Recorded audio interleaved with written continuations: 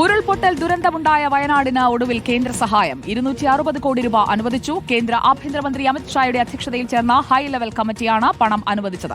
സഹായം അനുവദിച്ച 9 സംസ്ഥാനങ്ങളിൽ ഏറ്റവും കുറവ് തുക കേരളത്തിനാണ്. 2000 കോടി രൂപയാണ് കേരളം ആവശ്യപ്പെട്ടത്. നോബിൾ മാരിക്കാരൻ നമുക്കൊപ്പം ചേരുന്നു തത്സമയം. Good evening Noble Marikkaran. 2000 കോടി ചോദിച്ചു, 260 കോടി അനുവദിച്ചു. അതും ദുരന്തമുണ്ടായി ഒരു വർഷത്തിന് ഇപ്പുറമാണ് ഈ തുക അനുവദിച്ചത് എന്നതുകൂടി നമ്മൾ ഇതിനോട് ചേർത്ത് വായിക്കേണ്ടതല്ലേ?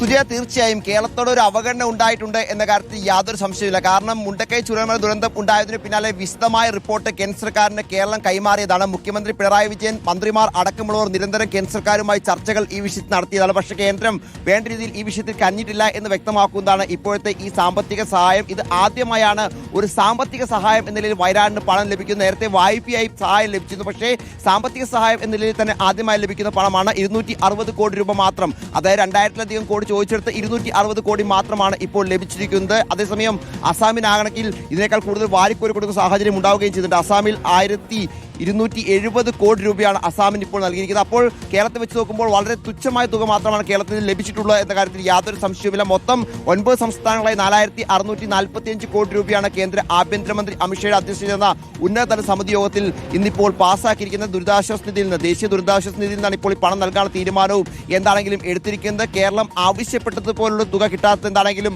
പുനരധിവാസ പ്രവർത്തനങ്ങൾ അടക്കം ബാധിക്കും എന്ന കാര്യത്തിൽ യാതൊരു സംശയമില്ല. പ്രത്യേകിച്ച് 2200ഓളം കോടി രൂപയായിരുന്നു നേരത്തെ കേരളം ആവശ്യപ്പെട്ടത്. മുഖ്യമന്ത്രി നേരിട്ട് തന്നെ എത്തി പ്രധാനമന്ത്രി നരേന്ദ്രമോദിയുമായി കൂടിക്കാഴ്ച നടത്തിയത്. അത് മാത്രമല്ല, ഈ ദുരന്തം ഉണ്ടായതിനു പിന്നാലെ പ്രധാനമന്ത്രി നേരിട്ട് വയനാട് എത്തിക്കൊണ്ട് സാഹചര്യം വിലയിരുത്തി മടങ്ങുകയും ചെയ്താണ്. അപ്പോഴും 1.5 വർഷം കാലതാമസം വേണ്ടി വന്നു എന്ന് പ്രധാനപ്പെട്ടതാണ്. പക്ഷേ നാമമാത്രമായ തുക മാത്രമാണ് ഇപ്പോൾ ലഭിച്ചിരിക്കുന്നത്. ഇനിയിപ്പോൾ മറ്റെന്തെങ്കിലും കേന്ദ്ര സഹായം ഈ വിഷയത്തിൽ ലഭിക്കുമോ എന്ന കാര്യത്തിൽ ഒരു വ്യക്തതയില്ല എന്നും പ്രധാനപ്പെട്ടതാണ്. എന്താണെങ്കിലും കേന്ദ്രത്തിന്റെ ഭാഗത്തുനിന്ന് വേണ്ട കനിവ് കേരളത്തിന് ഈ വിഷയത്തിൽ ഉണ്ടായിട്ടില്ല എന്ന് പറയാൻ കഴിയും. അതോടൊപ്പം തന്നെ മറ്റു ചില സഹായങ്ങൾ കൂടി ഇതുമായി ബന്ധപ്പെട്ടുകൊണ്ട് വിവിധ സംസ്ഥാനങ്ങൾക്ക്, പ്രത്യേകിച്ച് വിവിധ നഗരങ്ങൾക്ക് ഉണ്ട്. അതിൽ തിരുവനന്തപുരത്തിനും സഹായം ഉണ്ട് എന്നാണ് മറ്റൊരു പ്രധാനപ്പെട്ട കാര്യം. പ്രധാനമായും വെള്ളപ്പൊക്കം ഉണ്ടാകുന്ന പ്രധാനപ്പെട്ട തലസ്ഥാന നഗരങ്ങൾ, അതോടൊപ്പം ജനസാന്ദ്രത കൂടിയ നഗരങ്ങൾക്കൊക്കെ സഹായം നൽകുന്നതുമായി ബന്ധപ്പെട്ട ഒരു പദ്ധതി പ്രകാരവും കേരളത്തിലെ മൊത്തം 11 രാജ്യത്തെ നഗരങ്ങൾക്ക് 2444 കോടി രൂപയും കേന്ദ്രം അനുവദിച്ചിട്ടുണ്ട്. എന്താണെങ്കിലും അതിൽ തിരുവനന്തപുരം ഉൾപ്പെടുന്നു എന്നാണ് പ്രധാനപ്പെട്ട കാര്യം. കഴിഞ്ഞ ദിവസം മഴയിലൊക്കെ തിരുവനന്തപുരത്ത് വെള്ളക്കെട്ടൊക്കെ ഉണ്ടായത് നമ്മൾ കണ്ടതാണ്. എന്താണെങ്കിലും അതിനൊക്കെ പരിഹാരം കാണാൻ ഈ തുക സഹായിക്കും എന്ന് നമ്മൾ പ്രതീക്ഷിക്കുന്നു. എന്താണെങ്കിലും നിലവിലത്തെ സാഹചര്യത്തിൽ വയനാടുമായി പറയുമ്പോഴാണ്